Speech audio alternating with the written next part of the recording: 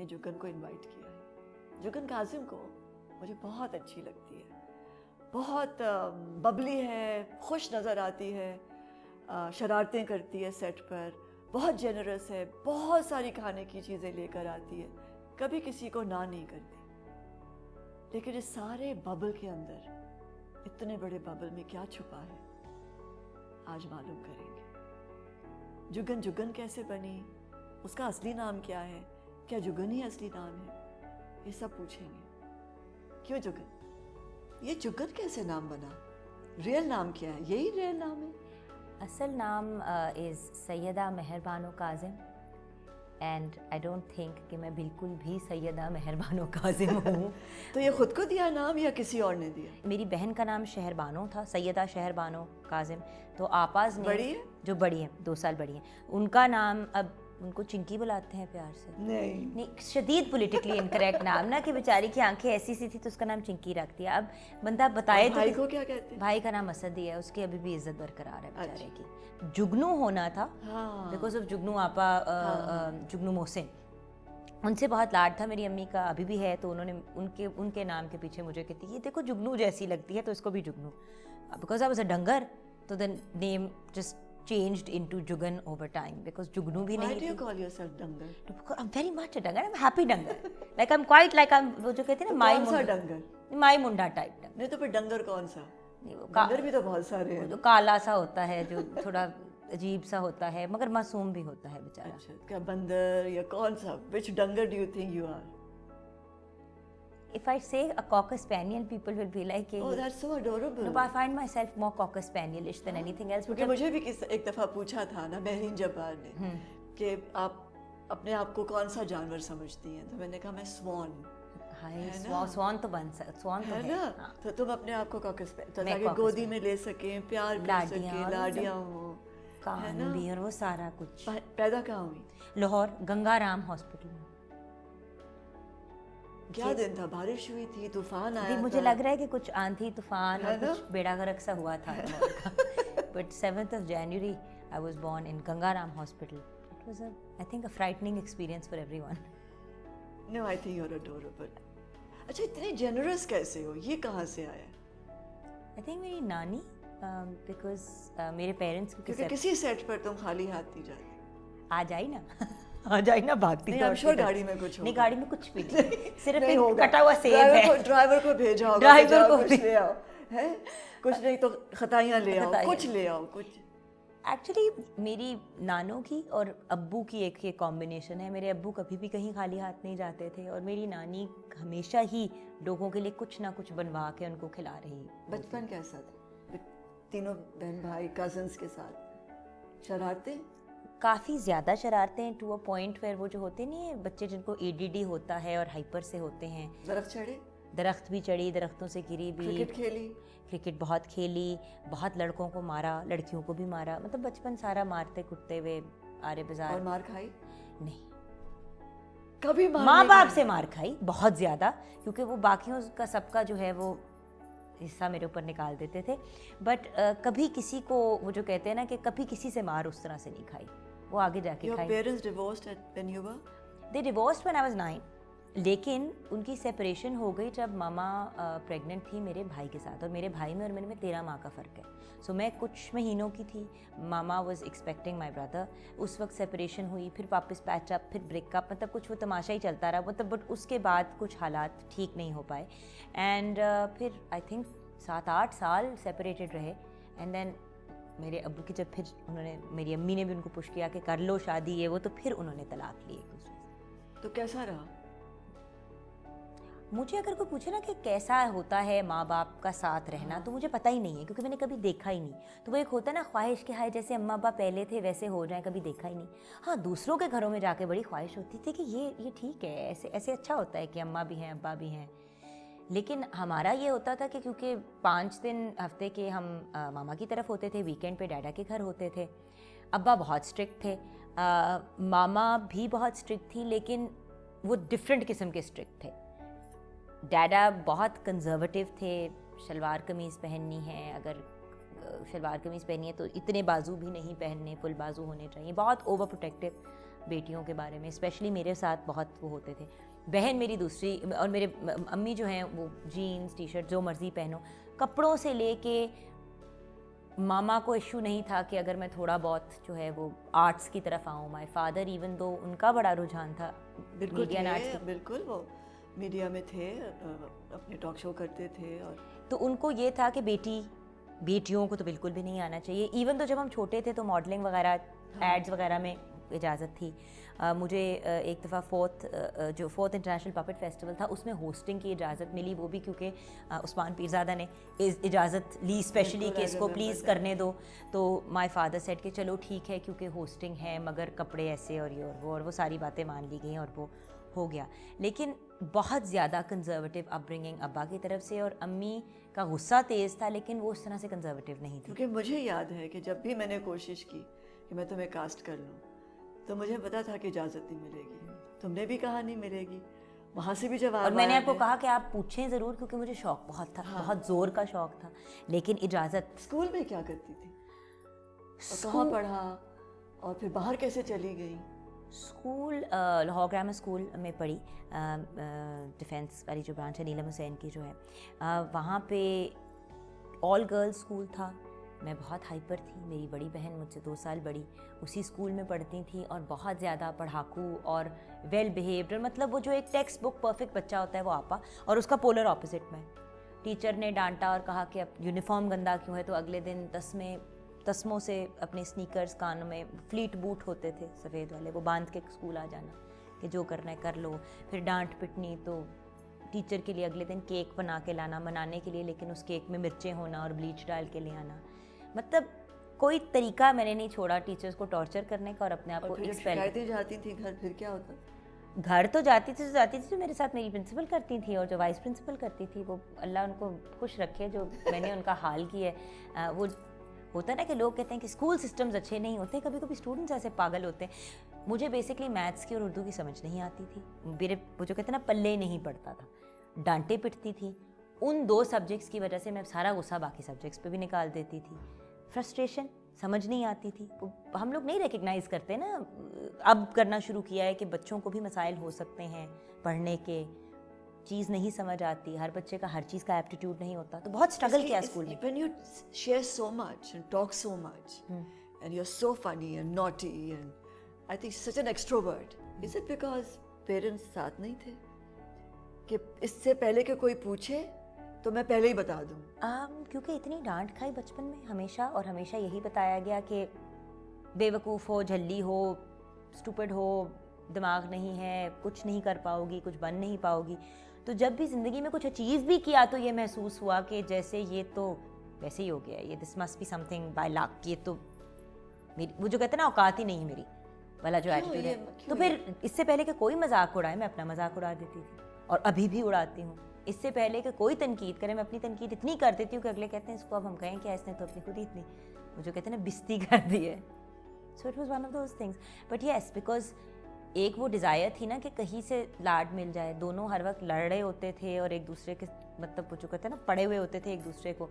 मामा के घर जब वापस आना संडे की वो मतलब वीकेंड की रात थी उस वक्त, आई थिंक फ्राइडे होता था, फ्राइडे सैटरडे थोड़े दिन के लिए था, कुछ दिनों के लिए आया था, फिर उसके बाद स्विच ओवर हो गया था। फिर तो मतलब जब वीकेंड से वापस आना तो उस रात को और अगला दिन मामा और डैडा की लड़ाई चलते रहना, 2-3 दिन सुकून होना, फिर उनकी लड़ाइयाँ शुरू हो जाना क्योंकि अब डैडा की तरफ भेजना है। वो कह रहे हैं 4 बजे भेजना है, मामा कह रही है नहीं ट्यूशन से फारिग 5 बजे होंगे तो 6 बजे आएंगे। फिर वहाँ पे जाना तो उधर मूड ख़राब होना, तो वीकेंड का तो हमेशा ही बेड़ा गर्क होता। तो मतलब कॉन्स्टेंटली लड़ाइयाँ, झगड़े, फसाद।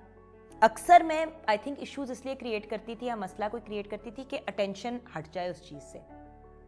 अगर 2 लोग लड़ रहे हैं, आप कोई चीज़ गिरा दो तो 2 सेकंड के लिए वो डिस्ट्रैक्ट हो जाते हैं ना। अगर 2 लोग लड़ रहे हो, आप उनसे ज़्यादा ऊंचा कुछ कर दें तो वो उधर उनकी तवज्जो जो है वो शिफ्ट हो जाती है। तो it was a lot of trying to distract people from fighting and arguing and पढ़ोइंग एट ईच अदर। बड़े साल तक झगड़ा चलता रहा। बड़ी बहन का क्या रिएक्शन था? आपा बहुत तहम्मुल वाली, क्वाइट। अच्छा। आपा is an introvert, I am an extrovert. और भाई? छोटा भाई भी इंट्रोवर्ट है ज़्यादा। आई वॉज 4 years old, मुझे किसी ने पूछा बड़ी होके क्या बनोगी, मैंने कहा बड़ा होके एक्टर बनूंगा। I wanted to be Amitabh Bachchan. I didn't want to be Sridevi or Madhuri or any of these. I wanted to be Amitabh Bachchan. So then how come you और वो took तो- on everybody? Because दोनों को वो दोनों So perfect you- children थे yeah. ना. I don't think so कि perfect children होना है. I feel कि you became their support, their back. वो तो अब ना, वो तो अब जाके But हुआ। as a child also. उस बच्चा वक्त होता है. असद को मैं प्रोटेक्ट करती हाँ, थी you became the mom. In a sense, और हम दोनों की मॉम आपा थी। हाँ. सो हम दोनों की मॉम आपा थी, इसीलिए आपा जो है ना वो बुढ़ी रूह सब कहते हैं कि ये तुम्हारी बच्चे बहन- करते हैं ये, उनका एक तरीका होता है सर्वाइवल का. जहाँ से कमी हो रही होती है, then they start taking care of each other. Yeah. I think that's what happened. So Apa became our parent. I started becoming Asad's sort of protector and keeping an eye on him. और इसी तरह कुछ हमारा childhood गुजर गया। And who was keeping an eye on you? आपा बेचारी कोशिश करती थी, बट मतलब it was one of those things कि उसके अपने इतने मसाइल। Were you keeping an eye on yourself?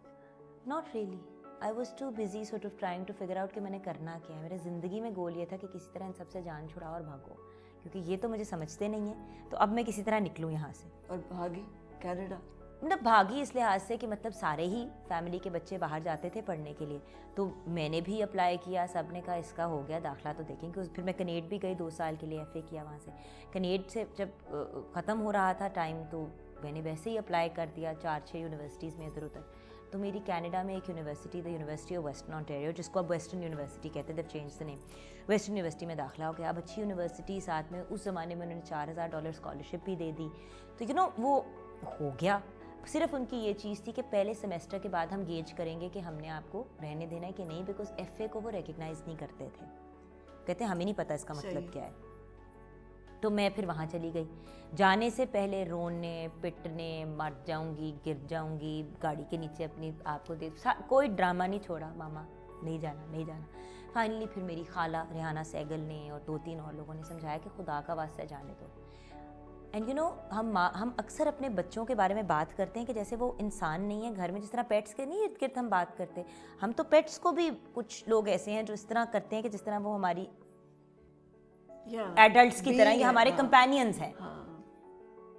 तो मेरे अराउंड बातें हो रही हैं कि जैसे मैं हूँ ही नहीं। और मुझे आज भी याद है, इसने वापस आ जाना है, शर्त लगा लो 3 महीने में 3 महीने क्या 2 दिन में आ जाएगी। इसने वहाँ पहुँच के इसने पैसे ज़ाया करने हैं, हर चीज़ गर्क करती है ये। वो सारी बातें ऐसे मेरे दिमाग में जाके बैठी कि मैंने कसम खा ली कि मर जाऊंगी मगर डिग्री ख़त्म करे बगैर नहीं वापस आऊँगी। और क्या पढ़ा? तो कनाडा चली गई। पढ़ा क्या? वहाँ पे जाके मैंने media information technoculture and sociology with a minor in psychology. So ये सब्जेक्ट्स मैंने पढ़े। अच्छा, वहाँ चली तो गई। वहाँ से मेरी अम्मी का पहले ही हफ्ते के बाद जब मेरी उनसे डिटेल में बात हुई तो उन्होंने कहा एक बात मैं बता दूँ, एक एक्टिंग का कोर्स लिया, एक कोई तुमने इस टाइप की चीज़ की जिसमें मुझे कहती, क्योंकि तुम्हारी सारी उन्होंने रिक्वेस्ट की थी कि ट्रांसक्रिप्ट घर आए। मैं ऑनलाइन अपना रिजल्ट देखती हूँ, यूजुअली ट्रांसक्रिप्ट स्टूडेंट को मेल होती है ना, बट आप रिक्वेस्ट कर सकते हो कि पेरेंट्स को भी एक कॉपी आए। तो वो पार्ट ऑफ द डील थी कि हर ट्रांसक्रिप्ट, हर सेमेस्टर का जो रिजल्ट है वो मामा के पास जाएगा। और उस पर डिपेंड भी कर रहा था कि मैं रहूँगी कि नहीं इस यूनिवर्सिटी में। इतनी क्या खार थी शो बिजनेस से? I've always wondered. I was 4 years old. मुझे किसी ने पूछा बड़ी होके क्या बनोगी, मैंने कहा बड़ा होके एक्टर बनूंगा। I wanted to be Amitabh Bachchan. I didn't want to be Sridevi or Madhuri or any of these. I wanted to be Amitabh Bachchan. I had no idea that I was female or male. मुझे ये नहीं पता था, मुझे सिर्फ ये पता था कि मैंने बड़े होके अमिताभ बच्चन बनना है। तो वो तो मैं नहीं बनी, अल्लाह का शुक्र है, क्योंकि उसके लिए बहुत से कॉम्प्लिकेटेड सर्जिकल प्रोसीजर से शायद गुजरना पड़ता, और कद की मुनासिबत से तो वो चीज़ पॉसिबल ही नहीं थी। लेकिन कद भी बड़ा कर देते, कद भी कर दे, हड्डियाँ ये वो, बट वो तो अल्लाह का शुक्र है नहीं हुआ, और ना ही इस तरफ कोई रुझान है मेरा। लेकिन ये एक चीज़ थी, एक फतूर था, और मैं फैसिनेटेड थी नॉट बाय द तस्वीरें एंड वो जो आजकल के बच्चे बहुत इंप्रेस हो जाते हैं ना फेम से कि हाय सेल्फियाँ और ये और वो, और लोग आके कहते हैं और ऑटोग्राफ। मुझे ये चीज़ बिल्कुल पसंद नहीं है। सोशल मीडिया पे तो कहाँ क्या मुझे था? शौक था एक्टिंग का। मैं जब What did you know of लोगों को acting? मुझे सिर्फ जब मैं लोगों को देखती थी उनके एक्सप्रेशंस को, मैं कहती थी असल में अगर ये नहीं हो रहा लेकिन ये कर रहे हैं ऐसे कि जैसे ये असल में हो रहा है, और मुझे लग रहा है कि जो भी वो बात कर रहे हैं उससे मुझे रोना भी आ रहा है। जब पहली दफ़ा Did you want to disappear into something I else? wanted to morph into every person that I saw on screen.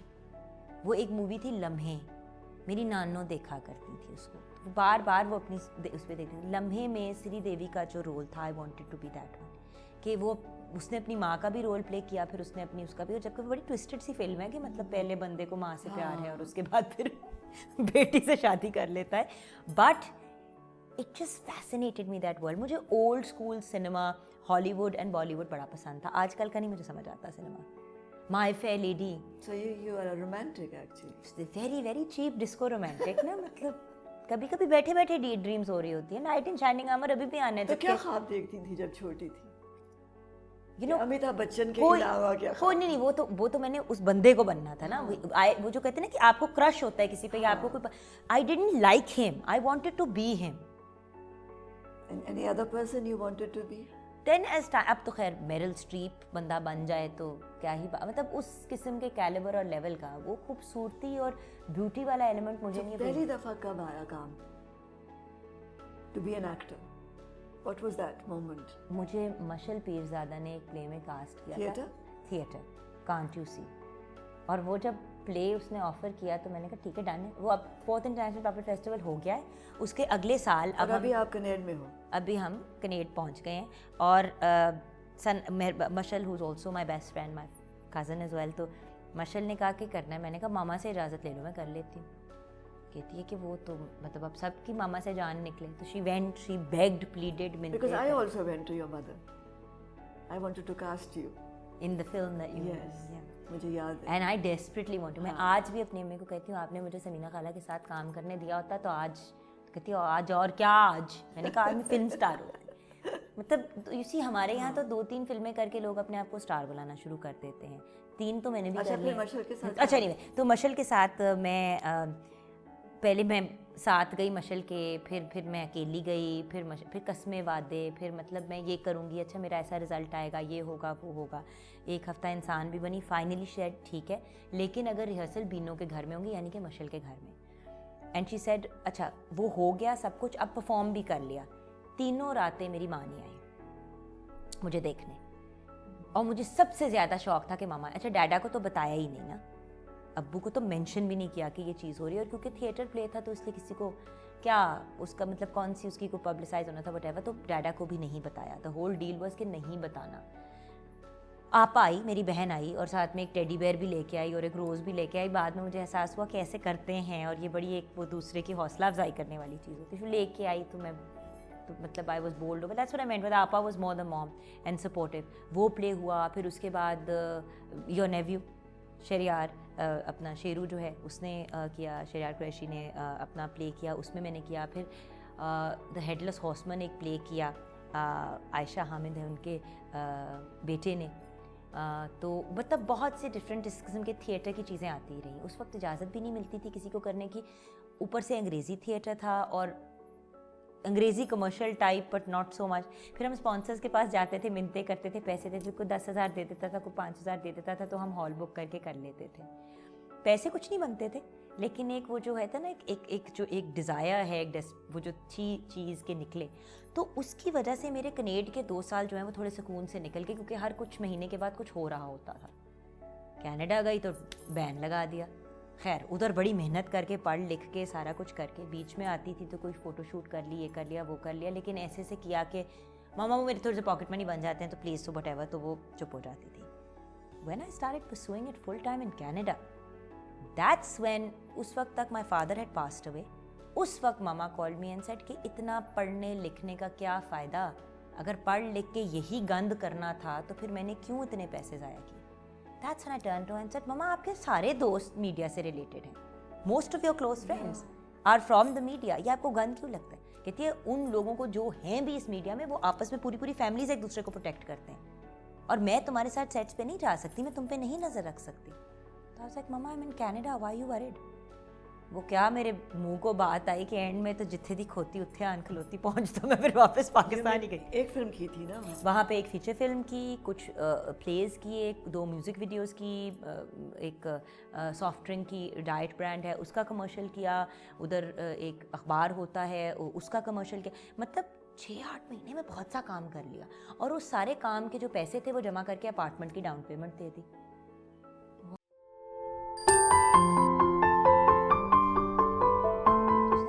कर लेते। अल्लाह की कसम, मजाक मजाक में बात शुरू हुई थी, वो कुछ 4 घंटे बाद शादी हो गई। वहाँ पे ये हो सकता है, यहाँ पे तो बंदा 20-20 साल 40-40 साल काम करता है तो 5 मरले का घर बनाता है शायद, अगर हलाल की इज्जत से रोजी रोटी कमाने की कोशिश करो तो। वो हुआ, वहाँ से फिर यहाँ आई छुट्टियों में उस सबको सेलिब्रेट करने के लिए, और कुछ फ्रेंड्स की, 2 बड़े क्लोज कनाडा की फ्रेंड्स की शादी थी, उस शादी के लिए आई। हमजा के अब्बा टकरे, छुप के निकाह कर लिया, बहुत क्यूट बनने का शौक है। एक संडे को मिली, अगले संडे को शादी कर ली और कनाडा वापस ही नहीं गई। ये कैसे हुआ? प्यार नहीं हुआ? नहीं, एक संडे को मिली, अगले संडे को एक हफ्ते में प्यार हो गया? एक हफ्ते में कैसे होता है प्यार? नहीं, जब शक्ल बहुत अच्छी हो अगले की तो फिर हो जाता है ना। प्यार था या दीवानापन? नहीं, दीवानापन नहीं था, जो था वो तो अब हम नहीं कह सकते, लेकिन बड़ी गलत बात थी, क्योंकि वो उसने मुझे कहा आफ्टर 1 वीक, तो मतलब क्या वो सब कुछ हुआ जो होना होता है प्यार में? वो फुलझड़ियाँ और वो सब कुछ हुआ। firecrackers and ही वाज मतलब 6 फुट 4 इंच का, नीली आंखें, songs and वो जो जितना मतलब रोमांटिक सिनेमा वो में सारी जो सिनेमा में तमाशे थे ना, वो सारे सब के हुए। सारे हो गए। एक हफ्ते में? मतलब अब पाकिस्तान में कहाँ इतनी फ्रीडम होती है कि आप वो बाकी भी सब कुछ कर लें जो सिनेमा में होता है, लेकिन जितना हो पाता था, यानी कि सुबह सुबह निकल गई, कोई कहानी डाल के तो हैंग आउट कर लिया, फिर वापस आए, फिर कोई बहाना मार के कहानी डाल के निकल पड़े। बिकॉज इवन तो मैं कनाडा में रह रही थी, यहाँ पे आके वो खुली छुट्टी नहीं थी, जबकि मैं अक्सर मामा को कहती थी कि माँ मैं वहाँ पे जब मर्जी जाऊँ, जब मर्जी आऊँ, मुझे कोई नहीं पूछता। ये क्या बात है कि इतने बजे तो मतलब 12 बजे वापस पहुँचो, तो ये तुम्हारी डेडलाइन और ये तुम्हारा कर्फ्यू। तो शादी कैसे कर ली? वो जाके निकाह कर लिया। कराची गई थी कुछ काम करने के लिए, वो 1 हफ्ता वहाँ कराची में ही थी, शादी भी कराची में थी, मैं रहती लाहौर में हूँ।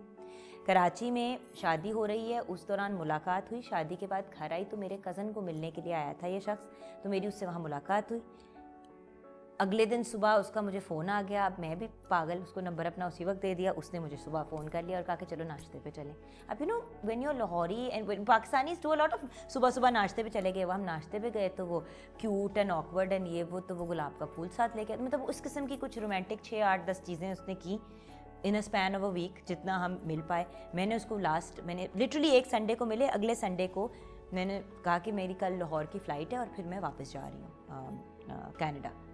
तो ये बहुत अच्छा वक्त गुजरा। हम मतलब वो जो टिपिकल रोमांटिक के चलो फिर हम ईमेल पे राब्ते में और फ़ोन पे बातें टाइप करेंगे, तो वो उसने कहा कि ये इस तरह तो नहीं हो सकता, मतलब हमारी कोई उम्रें तो नहीं है ना ये हरकतें करने की। तो मैंने कहा क्या मतलब? कहते तुम रुक जाओ ना। मैंने कहा मैं नहीं रुक सकती, मैं काम करती हूँ वहाँ पे, मेरे 6 ऑडिशंस लाइंड अप है, मेरी मूवी की अब मतलब 4-5 फेस्टिवल्स में लाइन अप हुई हुई थी और मेरा वहाँ पे as the main lead, as the face of the movie जाना ज़रूरी था।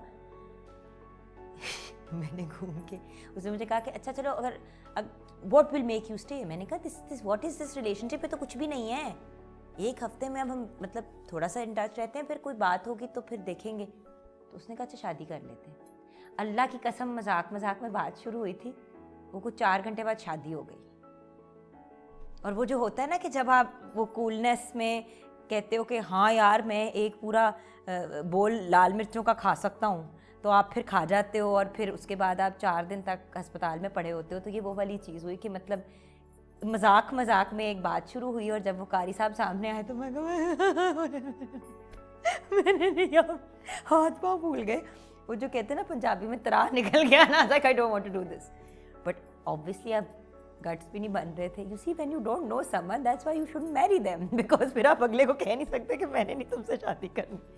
अब वो ईगो में और मेरी बेइज्जती हो जाएगी और मेरी वो क्या मतलब he is going to think I have no guts. तो मैंने निकाह कर लिया उसके साथ।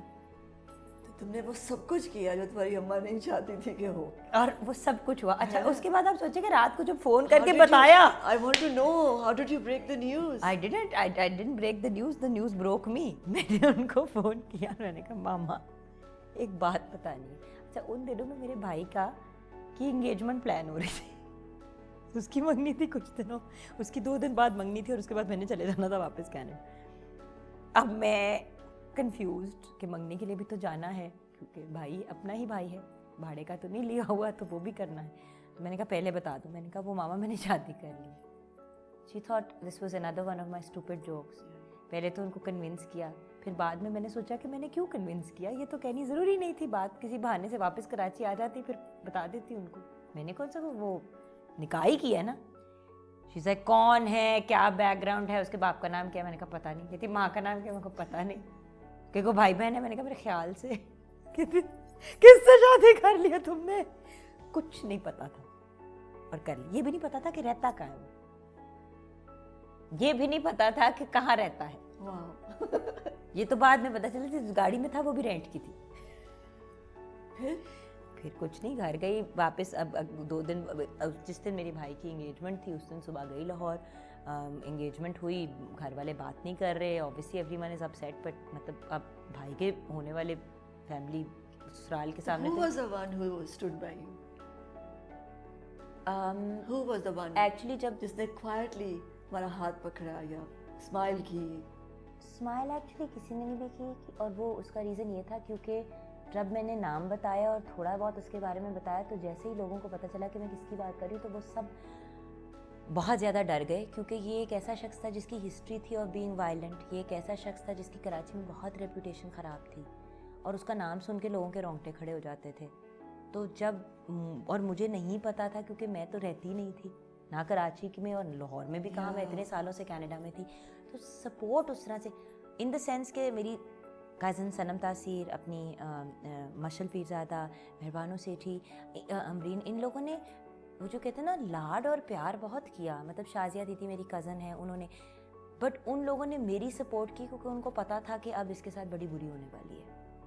वो जो होता है ना कि जब आपके साथ कुछ बहुत बुरा होने वाला है तो आपको पहले ही महसूस होना शुरू हो जाता है So कि when people said ये क्या किया तुमने? What did you do? मैं चुप। अब don't forget I came from a broken home. हाँ, मैं खुद वही तो। और जब आपके माँ बाप की तलाक हुई हुई हो तो the last thing that you want is कि आपकी भी तलाक हो। अब पहले तो निकाह कर ली ढिठाई में, फिर शादी भी ढिठाई में चलाने की कोशिश की ना। यहाँ आई हूँ वापस कितने लाहौर, अरसे ढिठाई की? 1.5 साल।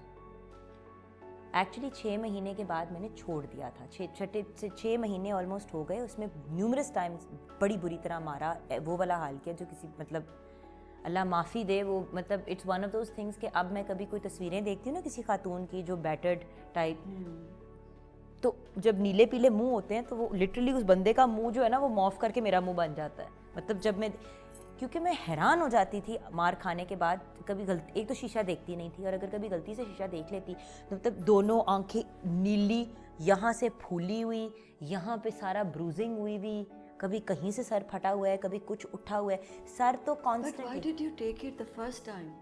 पहली दफ़ा जब मारा ना तो मैं जाने लगी थी, मैंने अपना सामान वगैरह उठाया और मैं जा रही थी, उसने मेरे पाँव पकड़ लिया।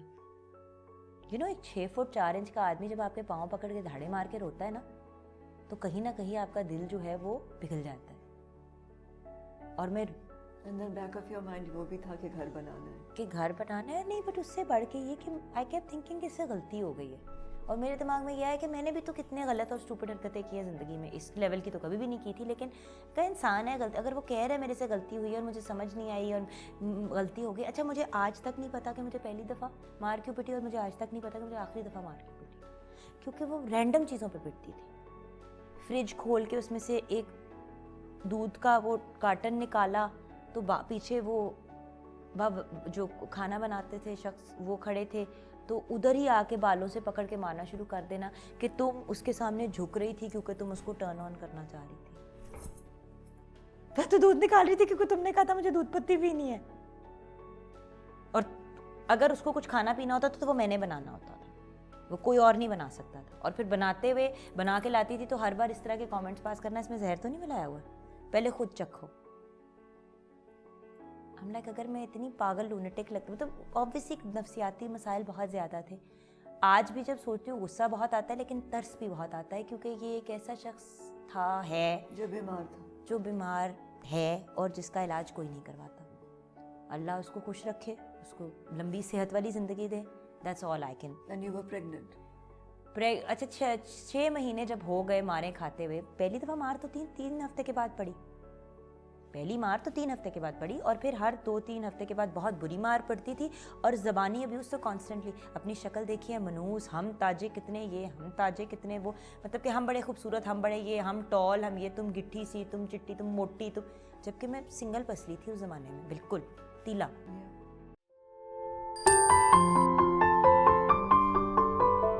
तो वो पैसे भी नहीं थे, अस्पताल वालों ने कहा पैसे दे वरना दाखिल नहीं करेंगे। फिर मैं गई लियाकत नेशनल, वहाँ से भी मोड़ दिया। फिर आगा खान गई, उन्होंने कहा विदाउट मनी हम रख तो लेंगे लेकिन हमारे पास बेबीज़ के लिए वेंटिलेटर नहीं है, बेबी वेंटिलेटर। मुझे सारी बातें ऐसे याद है कि जैसे कल हुई हैं। तो you know it was one of those things, constant abuse, बदसूरत, कोजी, मनहूस, तुम तो हो ही No, मनहूस। but when you knew that he was violent, why do women stay on? ये मुझे आज तक समझ में नहीं है। बिकॉज अगर हमारे मुल्क में इतना बड़ा स्टिग्मा ना होता तलाक का तो औरतें ना रहती।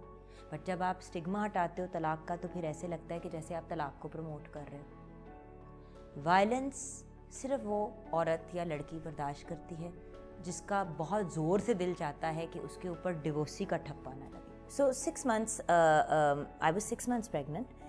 सॉरी 6 महीने हो गए थे हमें एक दूसरे के साथ। अब 6 महीने हो गए, मारे खा ली कुटिया, सारा कुछ हो गया। अब फैसला ये किया कि नहीं रहना। Because then when he ate me approximately 6 महीने में मेरी बस हो गई। मैंने कहा मैंने कहा बस। बिकॉज मुझे हर बार कहता कि देखना अब तुम्हें हर कोई डिवोर्स्ड बिच बुलाएगा। अब यू नो ये अल्फाज बड़े मुश्किल होते हैं लोगों के लिए हज़म करने, बट मुझे तो बुलाया जाता था ऑन अ डेली बेसिस। और मुझे वो कंपेयर करता था, कहता था इस तरह तेरी माँ की तलाक हुई है, तेरी भी तलाक होगी और तो लोग तुझे धुतकार। अच्छा यू नो आप जब किसी, और दूसरी बात मुझे आइसोलेट कर दिया था। आए दिन मेरा मोबाइल तोड़ देता था, सिम कार्ड देता था, अजीब अजीब हरकतें करता था कि मेरा लोगों से राब्ता ना रहे। लेकिन I was also working and supporting the household financially. So वो भी साथ साथ एक चीज़ चल What were रही। you doing at that time? Acting वगैरह, होस्टिंग, Okay. मॉडलिंग कराची में थी। थोड़ा बहुत वहाँ पे काम कर रही थी। अच्छा अब 6 महीने हो गए मैं छोड़ के चली गई। मैं लाहौर जाने लगी थी। मैं उसके घर को बड़ी बुरी तरह मारा। मेरा कज़न शान जो है सनम का बड़ा भाई, ही सेंट गार्ड्स वगैरह और मुझे वहाँ से लिटरली एक्सट्रैक्ट किया गया। वो भी एक मिशन थी। मैं दरवाज़ा ही ना खोले। फिर जब दरवाज़ा खोला तो मैं बाथरूम में लॉक में डर के मारे खोलूँ ना। फिर जब उन्होंने 2-3 दफ़ा लोगों ने कहा, क्योंकि बात ये कि इस किस्म के लोग मारते सिर्फ उसको हैं जो उनसे फिज़िकली कमज़ोर होते हैं और मारते सिर्फ उसको हैं जो उनको वापस नहीं मार सकते। जब 4-5 बड़े बड़े सिक्योरिटी गार्ड टाइप आएंगे तो फिर तो अगला चुप ही कर जाता है ना कि उसको पता है कि अब उसको वापस पड़ जानी है। सो मुझे उठा के वो जब ले गए, अब मैं वहाँ पे बैठी हूँ तो किरण एंड जॉर्ज, एक जॉर्ज का पाकिस्तान और किरण वो फिर मॉर्निंग शो भी करते थे। तो George and Kiran came over, मेरी बहन के बड़े क्लोज फ्रेंड्स। तो किरण केम एंड सेड कि जोगन चलो शुक्र करो एटलीस्ट देयर इज नो बच्चा हो, बेबी हो, व्हाटएवर, वरना तुम सोचो कि अगर बच्चा भी होता तो सारी ज़िंदगी तुमने इस साइको के साथ स्टक हो जाना था। मुझे एकदम से ख्याल आया कि 1 minute, maybe I am pregnant. खैर वो प्रेगनेंसी का चेक चुक किया, ये वो होम टेस्ट किया तो कंफर्म हो गया प्रेग्नेंट है। मैंने कहा चलो नहीं, गलत भी हो सकता है। 4-5 किए ना टेस्ट, सारे पॉजिटिव। अगले दिन जाके ब्लड टेस्ट कराया तो मतलब 6-7 वीक्स की प्रेगनेंसी का टाइम पीरियड है। अब सारे कहें कि अब क्या करना चाहिए। मुझे ये डर था कि कहीं घर वाले ये ना कहें कि डोंट हैव दिस बेबी, या छोड़ के चली जाओ, यू नो पाकिस्तान से बाहर जाके पैदा कर लो ताकि इस बंदे के तुम करीब ना। अब मुझे ये डर कि मैं अगर चली जाती हूँ तो मेरे साथ होगा क्या। फिर उस बंदे को मैंने कांटेक्ट करके कहा कि I am expecting a baby but मैं वापस नहीं आ रही हूँ और ये बच्चा मैं इंडिपेंडेंटली पैदा करूँगी, तुमने जब आना होगा मिलने। अभी इस वक्त लॉजिकली सोचा नहीं है कि क्या करना है क्या नहीं। कहता तुम ये बच्चा पैदा करो, मैं प्रेस कॉन्फ्रेंस करके कहूँगा कि मैंने तुम्हें इसलिए घर से निकाला है क्योंकि ये बच्चा है ही नहीं मेरा। कोई इतना भी गिर सकता। तो मैंने कहा अब मैं किस दीवार में जाके सिर मारूं। So then I ended up going back because घर पे तो मुझे सिचुएशन वो वाली लग रही थी कि इसको छोड़ो और तलाक दो। मैंने कहा इसने अगर इस किस्म की, मैं मीडिया में थोड़ा बहुत अभी काम कर रही थी लेकिन लोग रिकग्नाइज़ करना शुरू हो गए थे। मैंने कहा अगर इसने ये बात कह दी तो मेरे तो बच्चे की, अगर मेरी बेटी हुई या बेटा हुआ तो सारी ज़िंदगी के लिए उनके माथे पे एक ऐसा वर्ड का स्टिग्मा लग जाएगा कि मैं क्या करूँगी। खैर मैं वापस गई। मैंने यही सोचा कि चलो जाती हूँ, let's try and make the marriage work. I am pregnant now, क्या होगा। पूरी प्रेगनेंसी मार मार के लिटरली कुत्ता किया मुझे। उसके बाद बच्चा पैदा किया। वो बच्चा पैदा करने की भी कहानी एक हॉरर स्टोरी, और वो इतनी हॉरिफिक है कि वो किसी को बताई भी नहीं जा सकती। मतलब ये मतलब बड़ी ग्राफिक और बड़ी ऑफुल है, लेकिन बड़े ही मतलब रात के 10 बजे काम से वापस आई, सुबह 2 बजे आई वेंट इनटू लेबर। अस्पताल ना लेके जाए, फिर अस्पताल लेके गया तो मेरी प्रॉब्लम ये हुई थी कि मेरा वाटर नहीं ब्रेक हुआ था, आई स्टार्टेड ब्लीडिंग, और ये बड़ी डेंजरस चीज़ होती है। कभी एक अस्पताल गए हम ज़ियाउद्दीन, वहाँ पे पैसे नहीं थे। 23 मार्च को हमजा पैदा हुए तो 23 मार्च को बैंक्स बंद थे और जो पैसे मैंने घर में रखे हुए थे दराज में वो इस्तेमाल कर चुका था अपने वटेवर एक्टिविटी के लिए, तो वो पैसे भी नहीं थे। अस्पताल वालों ने कहा पैसे दे वरना दाखिल नहीं करेंगे। फिर मैं गई लियाकत नेशनल, वहाँ से भी मोड़ दिया। फिर आगा खान गई, उन्होंने कहा विदाउट मनी हम रख तो लेंगे लेकिन हमारे पास बेबीज़ के लिए वेंटिलेटर नहीं है, बेबी वेंटिलेटर। मुझे सारी बातें ऐसे याद है कि जैसे कल हुई हैं। फिर वापस ज़ियाउद्दीन आए क्योंकि मेरी खाला ने वहाँ पे पैसे भिजवा दिए थे विदाउट हिम नोइंग, क्योंकि मुझे बाद में किसी से मिलने और बात करने की इजाज़त नहीं थी। आपको 6 घंटे हो गए हैं और कपड़े भरे हुए हैं खून से, और आप एक तो दर्द और अजियत तो अपनी जगह, आप ह्यूमिलिएशन सोचें कि कितना को बंदा ह्यूमिलिएट हुआ होगा उस वक्त कि आप इस हालत में घूम रहे हैं। Where was your family? Where was your mother? अगर वो मेरे करीब आते तो उसने मेरा गला घोट देना था और उसने उनको भी मारना शुरू कर देना था। आपको पता है जब आप किसी को टोटली साइकोलॉजिकली कंट्रोल कर लेते हैं ना, और घर वाले भी तो तंग आ गए ना, 6 दफ़ा छोड़ा 6 दफ़ा वापस चली गई। गलती कुछ इसमें मेरी भी तो थी ना, आना जाना। 6 मंथ्स प्रेग्नेंट भी छोड़ के गई, खाला के घर गई बेचारी मेरी खाला। I mean I feel so bad for Chuniyala because Rehana Sehgal because वो और मैं खालू शकील सहगल, मतलब इतना ज़्यादा उन्होंने मुझे प्रोटेक्ट किया। 6 मंथ में उन्होंने कहा बच्चे जस्ट अपना नहीं तो बच्चे का तो सोचो। और मुझे मतलब 4-5 दिन ठीक किया, बूथा शूथा रिकवर शिकवर, हालत ख़राब, 2 रिब्स मेरी हेयरलाइन फ्रैक्चर, मतलब वो वाला हाल। और प्रेगनेंसी में अगर रिब्स फ्रैक्चर हो जाए तो जान निकलती है क्योंकि बच्चा हिलता है। जब बच्चा हिलता है लगता है किसी ने आपकी साइडों में सीखें घुसाई हुई। ये हुआ। So what ended up happening was कि खैर मतलब अब फिज़िकल हालत अजीब सी हुई भी। घर वाले बेचारे इतना ज़्यादा एक एफ़र्ट कर चुके थे और आउट ऑफ द वे जा चुके थे मुझे संभालने के लिए। अब देखिए ना कि जब मैं गई हूँ अल्टीमेटली टू ज़ियाउद्दीन हॉस्पिटल, बच्चा वापस मतलब पूरा घुमा के 6 अस्पतालों के चक्कर लगाए, 3 अस्पतालों के चक्कर लगाए, वापस आई तो इसी बेस पे वापस आई ना कि मेरी खाला ने पैसे भिजवा दिए थे और कर दिया था। एंड डोंट फॉरगेट ये वो मेरी खाला है जो मेरी ज़ियाउद्दीन हॉस्पिटल, वहाँ पे मेरी गायनेकोलॉजिस्ट थी। एंड यहाँ I will comment on doctor Rubina जो वहाँ पे हेड हैं gynae and staff. I mean God bless her. उनको जब पता चला कि मैं वहाँ आई हूँ और मैं चली गई हूँ तो उन्होंने मेरी खाला को फ़ोन किया और कहा कि Rehana she's gone into labor and she's apparently bleeding and her husband is not bringing her, वो उसको लेके नहीं आ रहा है यहाँ पे और पैसे नहीं हैं उसके पास और मैं पे करने लगी हूँ, बट मैं तुम्हें वैसे बता रही हूँ। उन्होंने सिर्फ इन्फॉर्म करने के लिए मेरी खाला को बताया था, पैसे वो खुद देने लगी थी। कौन गायनेकोलॉजिस्ट खुद पैसे देती है? उन्होंने खुद पैसे दिए तो मेरी खाला ने फिर भिजवा दी और उन्होंने कहा आपको ज़रूरत नहीं, लेकिन संभालो वटेवर। बट आई मीन अगर उस लेडी ने ना फ़ोन किया होता पता नहीं हमजा होता भी कि ना होता, पता नहीं मैं होती कि ना होती। हालात इतने अजीब और कॉम्प्लिकेटेड हो गए थे। वो उस वक्त इतना ज़्यादा केस ख़राब हो गया था कि फिर उनको इमरजेंसी में सिजेरियन करना पड़ा। सिजेरियन भी मेरे जागे हुए ही हुआ बिकॉज उस वक्त ना कुछ दे पा रहे थे ना कुछ, बच्चा डिस्ट्रेस में था। बच्चा डिलीवर किया, बच्चा डिलीवर करने के कुछ 15 मिनट बाद जब वो कमरे में आया, जब मेरी आंख खुली है तो मुक्का बना के मेरे सिर के ऊपर खड़ा हुआ और मुक्का मारने लगा। तो वो शुक्र है डॉक्टर अंदर आ गई। मुक्का क्यों मारने लगा कि तुमने इतना ड्रामा क्यों डाला, तमाशा क्यों कर रही थी? बच्चा पैदा कर रही थी तमाशा तो नहीं कर रही थी। ये हुआ। फिर मुझे अस्पताल में छोड़ के हफ्ता 10 दिन के लिए गायब हो गया।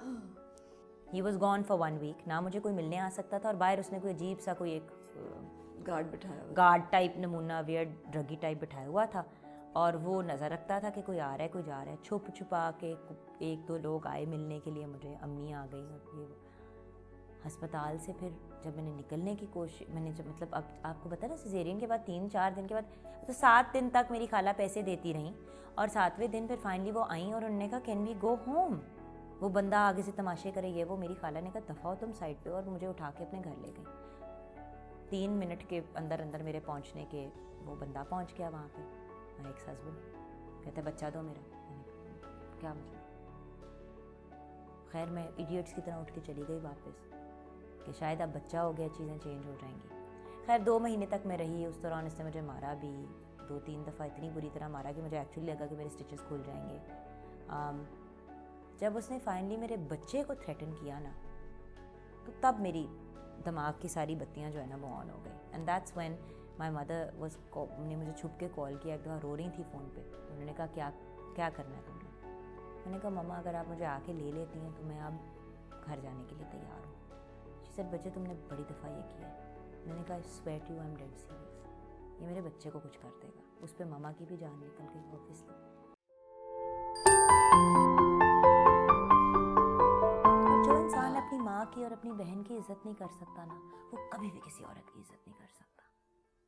You have to respect. जो जिस मर्द में अपनी माँ और अपने बहन और अपने भाभीियों और अपने इर्द गिर्द की ख़वातीन के लिए रिस्पेक्ट ना हो, ये तो बात शुरू में ही पहले हफ्ते में मैंने रियलाइज़ की थी कि वो बड़ी स्टेटमेंट्स पास करता था ख़वातीन के बारे में कि औरतें कैसी होती हैं। और मामा अक्सर, मुझे बाद में पता चला कि अक्सर ज़ारों कतार रोती थी अपनी फ्रेंड्स के सामने और कहती थी मुझे लगता है कि मुझे हौल उठते हैं कि मैं किसी दिन उठूँगी या मुझे फ़ोन आएगा किसी का और मुझे पता चलेगा कि आएँ ज़रा अस्पताल में आके पहचान ले कि ये आपकी बेटी है, डेड बॉडी को आप। और मैं खुद एक माँ हूँ, तो अब मैं सोचती हूँ कि एक माँ पे क्या गुजरती होगी उस वक्त। उसके बाद I came back to Lahore and I picked up the pieces of my life and वो सारा कुछ। लोग कहते हैं ना मैं इतनी अपने बेटे हमजा से क्यों ऑब्सेस्ड हूँ, मुझे बचाया है मेरे बच्चे ने।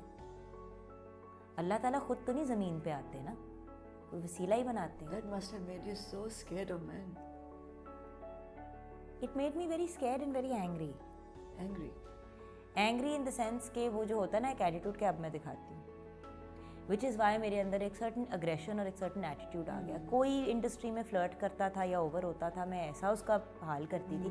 इसीलिए तो मेरी मीडिया इंडस्ट्री में जनरली थोड़ी चुड़ैलों वाली लड़कों में the women love me and मेरी सब खवातीन के साथ बहुत अच्छी बनती है और सब मेरी दोस्त हैं। बट मर्दों के साथ थोड़ा सा मेरा, जब तक मेरी बहुत क्लोज, जिस तरह एहसन खान है, he is like my family, Noman Ejaz is like my family, but these are not the dirty sleazy type man of the industry ना। बट जब कभी किसी ने मेरे साथ फिर इस तरह फ्री होने की कोशिश की, फिर मैंने उनको सही उनकी तबीयत साफ की। मैंने कहा करो फिर जो करना है। नॉट टू से कि मतलब ज़िंदगी में फिर कभी कोई पसंद नहीं आया या कभी कोई अच्छा नहीं लगा, ऐसी कोई बात नहीं। आई मीन फैसल से मेरी पसंद की शादी है, लेकिन आप बहुत ज़्यादा सस्पिशियस हो जाते हो। कोई इंसान ज़रा सी ऊंची आवाज़ में बात करता है तो आप एकदम से डर जाते हो। यू नो आज हमजा के साथ कैसा रिलेशनशिप? वही तो बात है, जब कोई इंसान आपको बचा लेता है अपने आप से तो फिर वो आपका सब कुछ बन जाता है ना। तो वो फिर हर चीज़ हमजा के गिर्द घूमती सो उस ऑब्सेशन, मोहब्बत का, प्यार का, चाहत का विद हमजा फैसल कैसे आया? Because it's very difficult for a woman that if she so protective of one man, इतना वो प्यार करे और वो ऑब्सेशन की हद तक, और उसमें फिर बीच में कोई और भी आए। अच्छा नहीं, मेरी हमेशा एक बड़ी क्लैरिटी थी एक बात पे कि मैं माँ हूँ और मैं अपनी औलाद से बहुत प्यार करती हूँ, लेकिन मैं भी एक इंसान हूँ। एक दिन इसने पढ़ना है, लिखना है, बाहर चले जाना है, मतलब 100 चीज़ें करनी हैं, तो ज़िंदगी में कंपेनियन भी ज़रूरी होता है। और दुनिया में हर मर्द जानवर नहीं होता। मेरा एक भाई भी है जो बहुत ही आला इंसान है, who I look up to and admire. I mean, I have so many wonderful, amazing men in my life if I look up to them. चांद मामू है, पीरू चाचा है, उस्मान पीरज़ादा है। I mean, these are like my father figures that I look up to. मैं हर रोज़ नहीं मिलती, बड़ी रैली मुलाकात होती, लेकिन मुझे पता है कि ये हैं। तो ऐसे बाप और ऐसे भाई भी तो है ना मेरी ज़िंदगी में। तो ये तो नहीं है कि हर आदमी ऐसा है, लेकिन कुछ ऐसे हैं, ये भी पता चल गया ज़िंदगी में। हील कैसे किया अपने आप को? इतना ट्रॉमेटिक एक्सपीरियंस अभी भी हील कर रही हूँ। ये तो एक ऑनगोइंग प्रोसेस है। वो 1.5 साल जो है वो कम से कम ज़िंदगी के 25-30 सालों का तो बेड़ा गर्क करके जाता है। और आज भी जब सोचती हूँ तो यही सोचती हूँ कि चॉइस तो मेरी अपनी थी, इल्ज़ाम तो आप किसी पे नहीं लगा सकते, वापस तो खुद ही जाती थी हर बार। जो मेरे साथ हुआ वो फेयर नहीं था, और चाहे आप किस भी कैसे भी इंसान हो, किसी इंसान के पास ये हक नहीं है कि वो दूसरे इंसान पे हाथ उठाए। बिल्कुल भी नहीं। लेकिन इस बात के बारे में बहुत दफ़ा सोचा और रिफ्लेक्ट किया कि मेरे अपने दिमाग में क्या प्रॉब्लम है जो 1.5 साल मैंने बर्दाश्त कर ली और भुगत ली, और यही रियलाइज़ किया कि एहसास कमतरी का शिकार हूँ, लो सेल्फ इस्टीम की प्रॉब्लम है, और मुझे कहीं ना कहीं ये लगता था मैं ये डिज़र्व करती हूँ। होता है, इंसान अपने आप को जस्टिफाई करना शुरू हो जाता है, Then you start blaming your own and you self. start blaming yourself.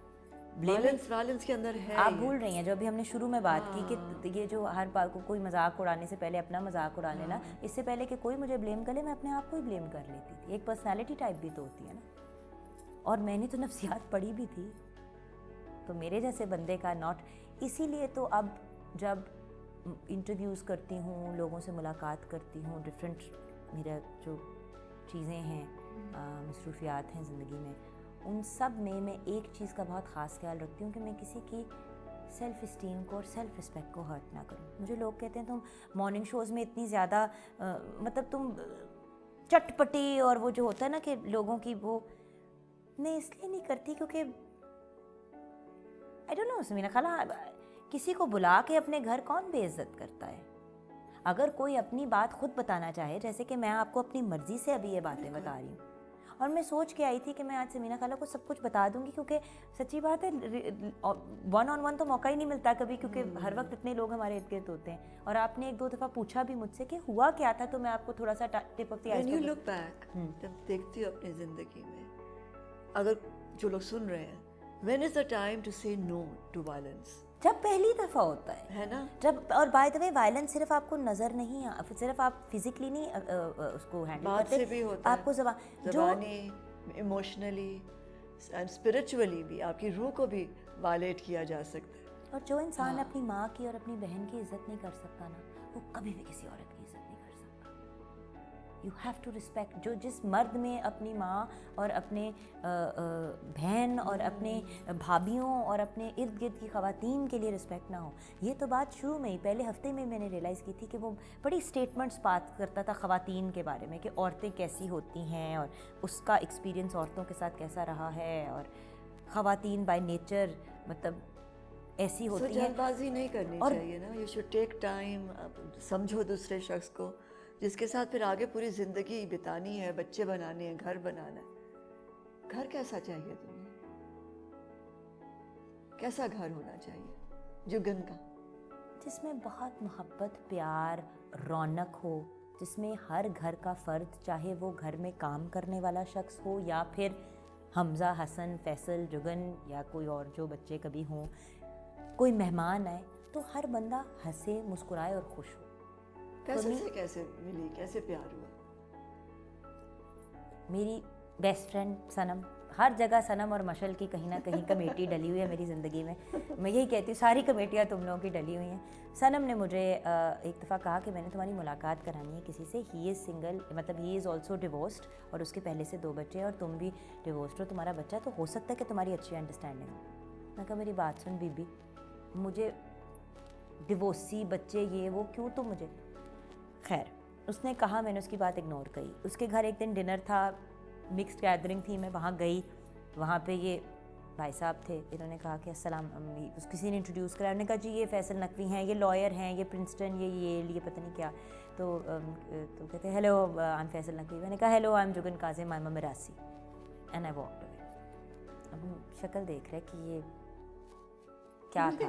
अच्छा, उस बेचारे को ये नहीं पता, उसको ये नहीं पता कि मुझे पहले भी किसी ने उसकी बड़ी तारीफ़ करके मिलाने की कोशिश की और मुझे अब एक वट चढ़ा हुआ है कि मैंने नहीं मिलना इसको। अच्छा खैर ये मुलाकात हुई, उसने इमीडिएटली सनम को कहा कि ये बड़ी कोई अजीब सा नमूना है, तुम क्यों मुझे इससे मिलने को कह रही थी? शी लाइक नहीं वो बड़ी स्वीट है, वो ऐसी नहीं है, वो बड़ी लविंग है। तुम कहते लविंग, तुम पढ़ी गई, मैंने तो उसको सिर्फ कहा आया फैसल नकवी। वो जो साथ लड़की खड़ी थी फरियाल, उसने बड़ी उसकी तारीफ़ की ना, वो भी सारे चाह रहे थे ना कि ये लोग मिलने दोनों। ने लिफ्ट ही नहीं कराई ना उसने लिफ्ट कराई, वो भी बड़ा इरिटेट हो गया कि क्या बदतमीज़ सी वटेवर। वो बड़ा इंग्लिश सा है ना, सूटेड बूटेड टाइप, और मैं एक्स्ट्रा जंगली होने की कोशिश। उसके बाद फिर कोई एक केस, एक मैं कोई डील करने जा रही थी, एक कोई ब्रांड लाना चाह रही थी, उसकी जो लीगल काउंसिल थी वो फैसल था, तो मुझे उधर ऑफिस जाना पड़ा मीटिंग के लिए। तो वहाँ पे मैं पहुँची मीटिंग के लिए, तो बादशाह तो ये वो तो एंड में ना काफ़ी, क्योंकि वो काम की बात थी तो मैं बड़ी नॉर्मल सी थी, और हम एंड में थोड़ा सा मजाक वगैरह भी किया, हंसी वगैरह। उसने कहा आप चाय कॉफ़ी, मैंने कहा जी मैं नहीं कॉफ़ी पीती, I am on a diet, ये वो। तो खैर बादशाह हुई, तो मैं निकल गई वहाँ से। उसने उसी वक्त फ़ोन किया सनम को और कहा कि यार ये तो बहुत अच्छी है, ये इतनी बुरी नहीं है जितनी मैंने सोचा था, तो अब उसको अगर मैं खाने के लिए इन्वाइट करना चाहूँ तो सनम ने कहा अच्छा मैं इन्वाइट करती हूँ। उसने कहा, तो मुझे खाने पे सनम ने बुलाया फैसल के साथ जाने के लिए। तो फिर हम खाने पे गए, हमने खाना खाया, हमने गप लगाई। वापसी पे जब आ रहे थे तो मैंने वैसे ही कहा कि आपकी एज क्या है, तो जब अपनी उम्र बताई तो मैं चलती हुई गाड़ी में से छलांग मारने की कोशिश की। मैं कही तो बहुत बुढ़ा है ये, तो इसके साथ नहीं बैठना गाड़ी में। तो उस पर मैंने पिटना डाल दिया। तो उसके बाद वो बेचारा हैरान, क्योंकि मेरी भी तो इम्पल्सिव पागलों वाली हरकत है ना। मैंने कहा you are very old, please drop me home. फिर खैर इसी तरह हमारी बातचीत शुरू हुई। Thorough gentleman, within 1 week उसने घर वालों से मिला लिया। मैंने कहा ये हफ्ता मुझे बड़ा भारी पड़ता है, लेकिन खैर 6 months we got to know each other. मैंने जब रियलाइज़ किया कि he is a nice man मेरे साथ, फिर मैंने हमज़ा से इंट्रोड्यूस कराया. हमज़ा की एक्सेप्टेबिलिटी देखना बहुत ज़रूरी था कि क्या हमज़ा कबूल करेगा, क्योंकि मैंने पहले दिन से एक बात की कि देखें आपके बच्चे आपकी एक्स वाइफ के साथ रहते हैं, लेकिन मुझसे शादी करने का मतलब है कि जुगन और हमज़ा से शादी हो रही है. अगर ये चीज़ एक्सेप्टेबल है तो ठीक है, उसकी ज़िंदगी में कोई बाप नहीं है. He is never met his father. 2 महीने का था तब उसने आखिरी दफ़ा अपने बाप को देखा था, तो इस वजह से he has नथिंग.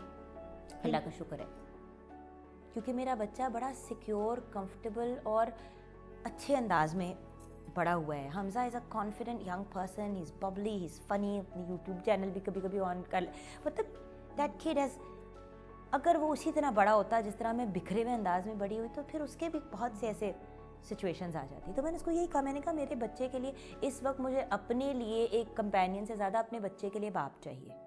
मैंने बड़ी सीधी बात की, क्योंकि ये बातें हम सब सोचते हैं, हम कहते नहीं हैं, क्योंकि ये कहने वाली बात नहीं होती, बड़ी इनअप्रोप्रिएट होती है, गलत इंप्रेशन पड़ जाती है. I don't care.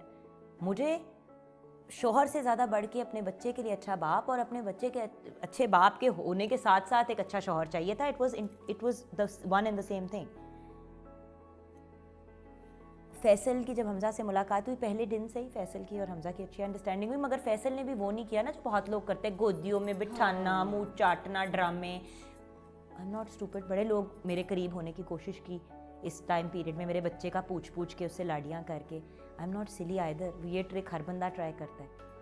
Long story short, Hamza ने जब फैसल को 100% एक्सेप्ट कर लिया, which was in about 4-5 months, और मैंने देखा कि फैसल अपने बच्चों के लिए भी एक बहुत अच्छा बाप है. ये भी तो है ना कि अपने बच्चों के साथ कैसा है. अगर अपने बच्चों को खर्चा नहीं देता, उनसे प्यार नहीं करता, उनको रिस्पेक्ट नहीं देता, उनकी माँ की इज़्ज़त नहीं करता, तो फिर तो ये मेरे लिए भी ठीक बंदा नहीं है ना.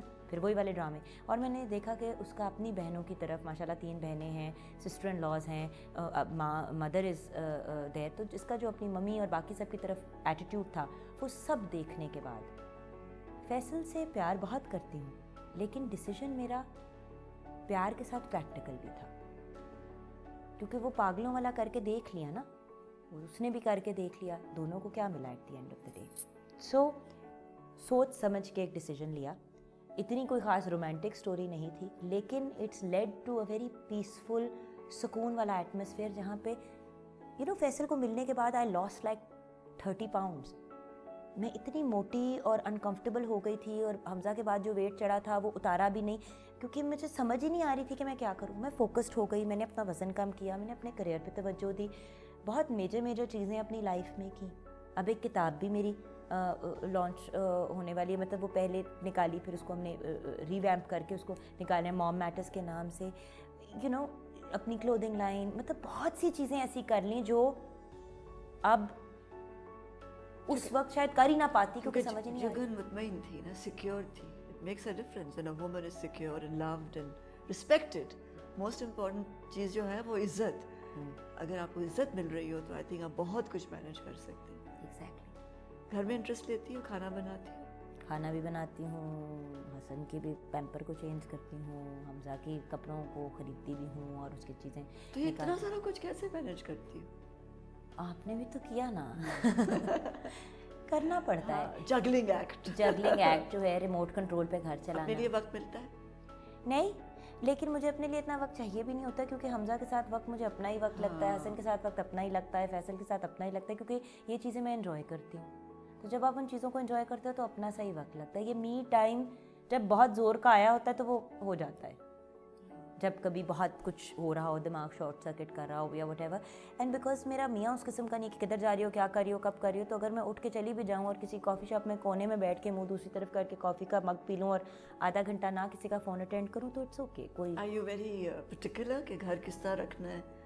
हाँ, हर चीज़ करीने से है? कोई 3-4 साल पहले तूफान है? नहीं, हर चीज़ अपनी जगह पे होती है. और मतलब वेस्टर्न कपड़ों की एक अलमारी है, ईस्टर्न कपड़ों की 6-7 अलमारियाँ हैं, जूतों की मतलब जो वेस्टर्न कपड़ों के साथ के जूते हैं वो अलग, ईस्टर्न के मतलब कलर कोऑर्डिनेशन के साथ. टैंक टॉप्स हैं तो काले टैंक टॉप्स की ढेरी, सफ़ेद टैंक टॉप, मतलब कुछ OCD कलर.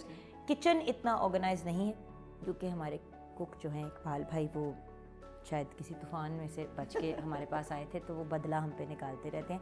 लेकिन अब मैंने किया ये कि क्योंकि हम अपने घर में शिफ्ट होने वाले हैं, अल्लाह का शुक्र है अपना घर ऑलमोस्ट डन हो गया अनकरीब। So when I shift to my own house, मैंने एक अपना किचन और एक बाहर भाई का किचन बनाया है, क्योंकि वो उनका, क्योंकि वो मेरे तो और दोनों बहुत ही अच्छे हैं। ये नहीं कि उनका किचन एक इतना सा मतलब same level same quality, but मैंने अपना किचन जो है उसमें ताकि मैं खाना बना सकूँ, क्योंकि जब मैं फिर अलमारी खोलती हूँ और वहाँ पे कुछ चीज़ें ऊपर में कलर्स कौन से हैं सबसे ज़्यादा प्रोमिनेंट? अब मेरी कपड़ों की अलमारी में I have a lot of red, orange, blue as well, क्योंकि वो थोड़ा सा जो मेरी आ जाती है वो वाली साइड भी, एंड स्टेपल्स भी हैं। मेरी अब अलमारी ज़्यादा प्रैक्टिकल हो गई है टू हमारा काम। वरना अगर नेचुरली मेरे से पूछा जाए तो मेरे अलमारी में वाइब्रेंट कलर्स होंगे। कभी पेंट किया? कोशिश की, मतलब वो जो होता है ना कि अपनी बेइज्जती आपके तहत कुछ काम बंदा ना ही करे तो बेहतर है। I can not paint, I can not draw at all. Hamza की कभी कोई असाइनमेंट में हेल्प करना पड़ता था तो मतलब घर में क्या कलर है ज़्यादा डोमिनेंट, क्या है सबसे ज़्यादा घर में जो चीज़ें हैं? जो ब्लू ज़्यादा है। I like blue, has a Kameng effect. थोड़ा सा यू राइट? वो लिखती ज़रूर हूँ और लिखने का शौक भी बहुत शायरी? है। शायरी नहीं, ऑपेड्स एंड जस्ट वो जो होता है ना कि फीलिंग्स एक्सप्रेस करने वाली चीज़ें। एक अखबार के लिए भी लिखती थी एट वन पॉइंट, ऑपेड सेक्शंस, उसके बाद फिर अभी किताब भी लिखी, पोइट्री वगैरह उस किस्म की चीज़ें। मेरा एक्चुअली क्रिएटिविटी है वो एक्टिंग के पॉइंट ऑफ व्यू से। और अगर आप फिर बात करें कि अगर एक्टिंग के अलावा मुझे कोई कहता कि बस करना है, कुछ करना है लेकिन एक्टिंग के अलावा करना है, तो मैं प्रोडक्शन के काम में आती, मैं प्रोड्यूसर बनती। लिखोगी? नहीं, कौन? I think it's I think you should. I think जिस तरह की ज़िंदगी है ये लिखी जानी चाहिए। देखें, समीना पीरज़ादा अपनी इस अमेजिंग जर्नी और इतनी बड़ी स्टार इंटरनेशनल होने के बाद अगर ऑटोबायोग्राफी लिखी ना तो लोग कहेंगे वाह जी। जब जुगन जैसा एक प्रीटी मच नोबडी कुछ लिखेगा तो लोग कहेंगे तुम कौन? जिंदगी जिए, हर तरह से जिए। जुगन ने अपने आप को संभाला है। आई थिंक जुगन ने अपने आप को बचाया है, जुगन ने जिया है। जुगन की किताब होनी चाहिए, समीना की भी होनी चाहिए, समीना की तो 100% होनी चाहिए, जुगन की भी होनी चाहिए। और हम लोगों को लिखनी चाहिए। पाकिस्तान में रुझान नहीं है ना ऑटोबायोग्राफीज का, लिखनी चाहिए क्योंकि हमें हमेशा ये कहा गया है कि हमारी ना इतनी वर्थ है और ना ही इतनी औकात है। हम लिखेंगे तो लोग कहेंगे कि बड़ा अपने आप को समझना शुरू नहीं, ये हमारे यहाँ ये प्रॉब्लम है। हर इंसान की वर्थ है, हर इंसान जो है वो ज़र्रा जो है वो आफ्ताब है। और अगर ना होता तो अब जो सोशल मीडिया पे हम देखते हैं लोगों की कहानियाँ वायरल होते हुए, 3-4 मिनट में कोई इंसान अपनी कोई कहानी का ज़िंदगी का इंसिडेंट सुनाता है और वो वायरल हो जाता है, क्योंकि लोग जानना चाहते हैं, क्योंकि लोगों को लगता है कि मैं भी नॉर्मल हूँ, इनके साथ भी हुआ था। और आई थिंक अगर कभी किसी के साथ कुछ भी हो वो शेयर करना चाहिए। इंसान के साथ वायलेंस अगर है या इंसान खुश नहीं है तो पेरेंट्स या आई थिंक कि फैमिली इसीलिए होती है कि आप उनको प्रोटेक्ट ना करें, आप अपने आप को प्रोटेक्ट करें। हमारे ये गलत काम है कि हम अपने आप को प्रोटेक्ट करने की बजाय हम दूसरों को प्रोटेक्ट करना शुरू हो जाते हैं कि नहीं वो हर्ट हो जाएंगे, वो माइंड कर लेंगे। मेरे साथ हुआ ये नहीं हमजा के केस में। मैंने जब अपनी एक दफ़ा बहुत साल पहले, बहुत बिल्कुल शुरू में जब मैं नई लाहौर वापस आई थी हमजा को लेके, तो मुबशर लुकमान के शो पे अपनी कहानी शेयर की तो 50 और चैनल्स ने फ़ोन करना शुरू कर दिया कि अपनी कहानी शेयर करें। मैं चुप हो गई क्योंकि उस वक्त हमजा को कोई आइडिया नहीं था कि क्या हुआ क्या नहीं हुआ। अब क्योंकि हमजा नोज़ कुछ इसमें मेरी अम्मी की गलती मैं ये कहूँगी कि उनको नहीं बताना चाहिए था, उन्होंने हमजा को काफ़ी चीज़ें बताई। अब क्योंकि हमजा को पता है कि क्या हुआ कैसे हुआ, काफ़ी चीज़ें मैंने उसको नहीं भी बताई और वो चीज़ें मैंने शेयर भी नहीं की। बट बहुत सी जो रियलिटीज़ हैं जो उसने सुनी भी हैं, जो उसको दूसरों ने भी बताई हैं, क्योंकि अब उसको पता है तो मैं आपसे खुल के बात कर पाई।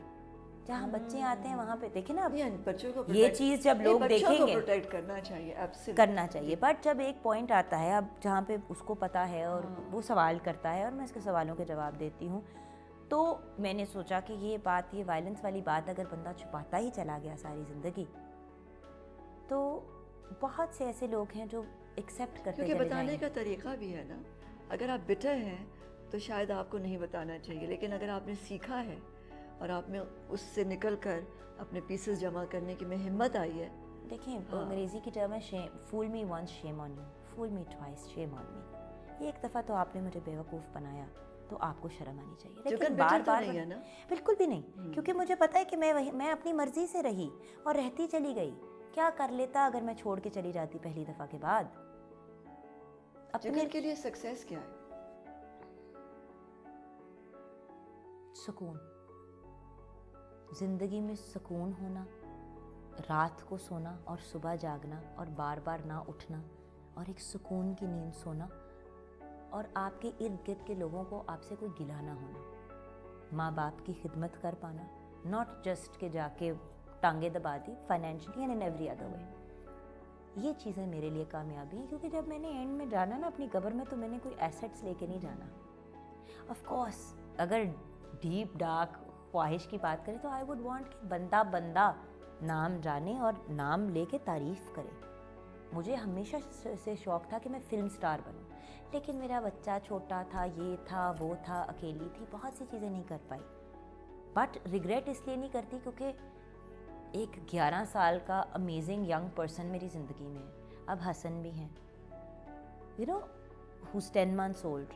अब मेरा मियाँ कहता है कि जाओ, तुमने करना है तो तुम करो, मैं संभाल लूँगा, क्या मसला है। Is like I am also working, you are also working, manage कर लेंगे, you need to travel, go travel. तो अब मैं अपने एवेन्यूज़ को रीओपन कर रही हूँ। पहले तो हर बात पे ही होता था हमजा बहुत छोटा है, और कितनी दफ़ा लोग आपको आके कहेंगे कर लो कर लो। तो एक अब वो जो है वो चीज़ मैंने और ज़रूर। फेलियर क्या